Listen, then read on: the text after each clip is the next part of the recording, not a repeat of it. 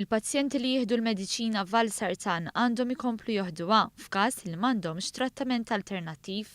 Il-Valsartan mediċina li tintuża biex tiġi kontrollata l-pressjoni għolja u għall-kundizzjoni tal-qalb u li f'pajjiżna hawn ma' 27,000 persuna li jieħduha e kif ikkonfermat minn ċifri tal-ispiżerija l-għażla tiegħek.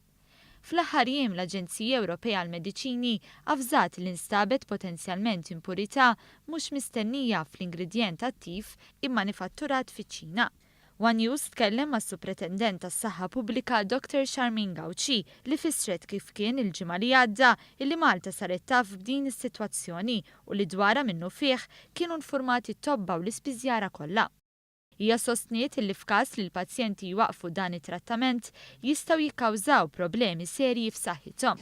Aħna qegħdin naħdmu biex inkun nistgħu naraw x'insibu prodotti alternattivi. Però huwa importanti li dawk in-nies li qegħdin jieħdu dawn il-mediċini m'għandhomx iwaqfu dawn il-mediċini immedjatament. Għaliex dawn il-mediċini qegħdin hemmhekk biex jikkontrollaw il-pressjoni, allura jekk inti twaqqaf dawn il-mediċini hemmhekk għandek ċans kbir li l-pressjoni tola u bil-konsegwenzi li jista' jkollok ukoll attakki tal-puplesija jew inkella attakki tal-mart tal-qalb. Hija kellha wkoll dan l-appell xi twassal għal dawk il-pazjenti li jieħdu din il-mediċina mill-ispiżerija tal-għażla tiegħek.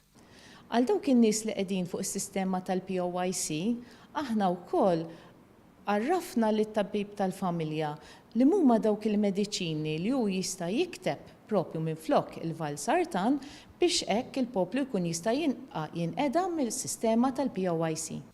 Intant l-awtoritajiet tas-Saħħa qalu li bdew bil-proċess biex jinġiebu f'Malta mediċini tal-Valsartan minn kumpaniji oħra u mhux milquta bl-impurità.